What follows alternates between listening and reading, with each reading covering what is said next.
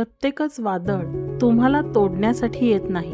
काही वादळे तुम्हाला हे जाणवून द्यायला येतात की तुम्ही किती सक्षम आहात. आपण पीडित असल्याची भावना सुरक्षित वाटते खरी, पण हीच भावना तुमची खरी क्षमता कैद करून ठेवते. जेव्हा तुम्ही त्याच जुन्या गोष्टी वारंवार उगाळणे सोडता, तेव्हाच तुम्हाला नवी शक्ती मिळायला सुरुवात होते. हे दुष्टचक्र भेदण्याची सुरुवात तेव्हाच होते जेव्हा तुम्ही दोष देणे थांबवता. कथेचे नाव मीच का?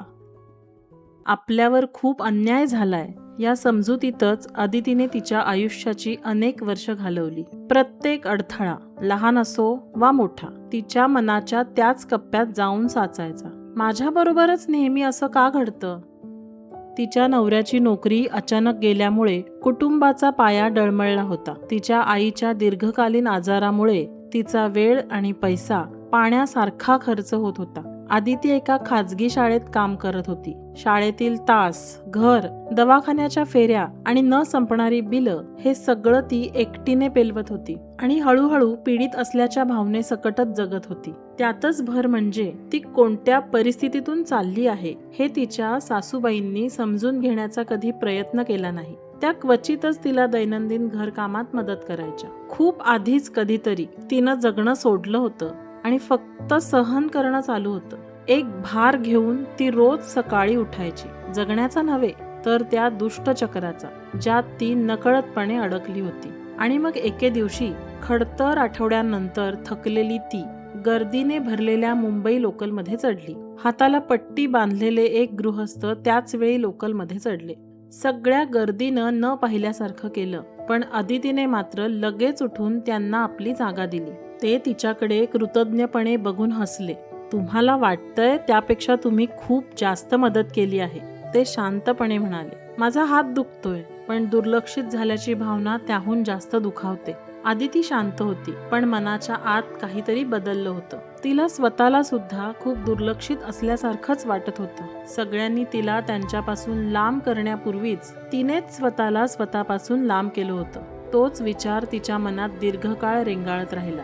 एकदा एक पालक शिक्षक सभेत ती तिच्या मुलाच्या वर्ग शिक्षिकेसमोर नेहमीसारखाच अभिप्राय मिळेल या अपेक्षेने बसली होती. पण त्याऐवजी तिला असे काही ऐकायला मिळाले जे तिच्या अपेक्षेपेक्षा अधिक खोलवर तिच्या मनाला भिडले.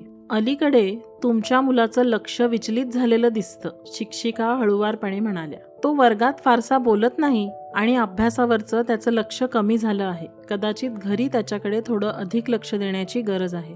आदितीने शांतपणे मान हलवली, पण आतून ती पूर्णपणे खचून गेली होती. सगळं सांभाळून ठेवण्यासाठी ती इतकी मेहनत घेत होती, पण तरीही आपल्या आयुष्यातील सर्वात महत्त्वाच्या भूमिकेतच आपण कमी पडतोय का, असं तिला वाटून गेलं. काही दिवसांनी आदितीच्या आयुष्यात एक महत्त्वाची घटना घडली. शनिवारची सकाळ होती. आदिती बाल्कनीत बसून अखंडपणे स्क्रोलिंग करत होती. नकारात्मकता, तुलना, तक्रारी पाहत होती. तेव्हाच तिने पाहिलं की त्यांची शेजारीण मिसेस सिंग किराणा मालाच्या पिशव्या जिन्यातून वर चढवत येत होत्या. त्या वयोवृद्ध होत्या, थकलेल्या दिसत होत्या. आदिती लगेच त्यांना मदत करायला गेली.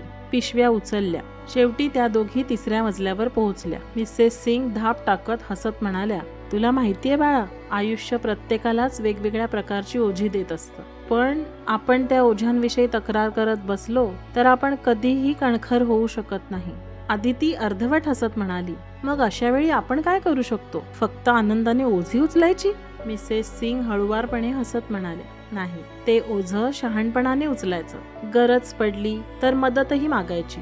सगळं शांतपणे सहन करत राहण्यासाठी तुमचा जन्म झालेला नाही. तुमचा जन्म जागरूकपणे पूर्ण भान ठेवून जगण्यासाठी झाला आहे. त्या वाक्याने आदितीचं मन काहीसं अस्वस्थ झालं. तुम्ही इथे शांतपणे सहन करण्यासाठी नाही आहात. तिला क्षणभर असं वाटलं जणू कोणीतरी तिचं मनच वाचलं. त्या संध्याकाळी ती एकटीच बसली होती आणि तिला एक गोष्ट जाणवली. कोणाकडूनही मदतीची अपेक्षा न ठेवता ती सगळं ओझं एकटीच वाहत होती. ती दुर्दैवी नव्हती, ती प्रचंड दमलेली होती, ती असहाय्य नव्हती. ती फक्त आपल्याकडे निवड करण्याची ताकद आहे हेच विसरली होती. अनेक महिन्यांनंतर पहिल्यांदाच तिने एक निवड करण्याचं ठरवलं. प्रथम ती आपल्या नवऱ्याच्या खोलीत गेली आणि हळूवार पण ठामपणे म्हणाली, घरगुती कामांमध्ये मला मदतीची गरज आहे. एकटीने सगळं सांभाळणं आता मला शक्य होत नाही. त्याने वाद घातला नाही. तिला आश्चर्य वाटलं. त्याने सहजपणे मान हलवली. जणू त्यालाही जाणवलं की तो स्वतःच्या दुःखात इतका गुंतला होता की तिच्याकडे दुर्लक्ष करत होता. दुसरं म्हणजे तिने तिच्या शाळेत इंटरनल ट्रान्सफरसाठी अर्ज केला, वेगळ्या शाखेत, जिथे प्रगतीच्या संधी आणि समजून घेणारी, सहकार्य करणारी वरिष्ठ मंडळी होती.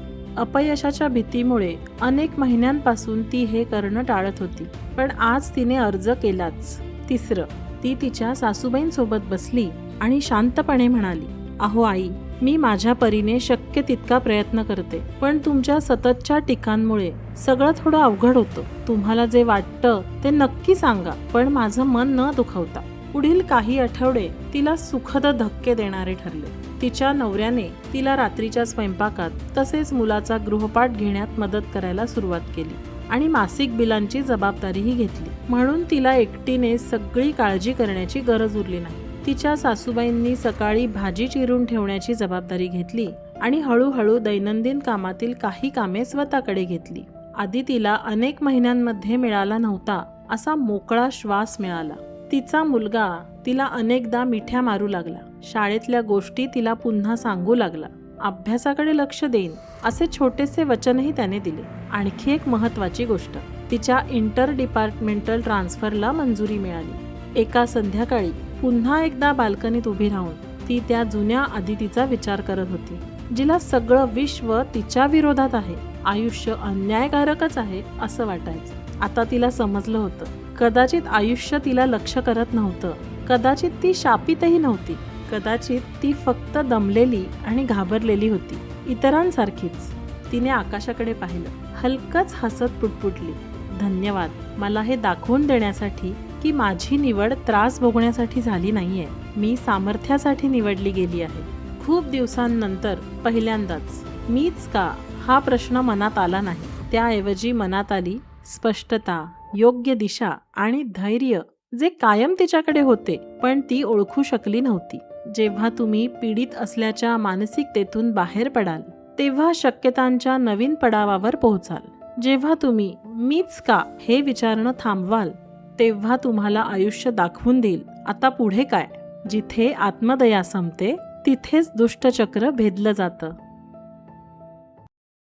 प्रत्येक कथा देऊन जाते एक नवीन विचार. व्हिडिओ आवडला तर लाईक, शेअर आणि सबस्क्राईब करायला विसरू नका.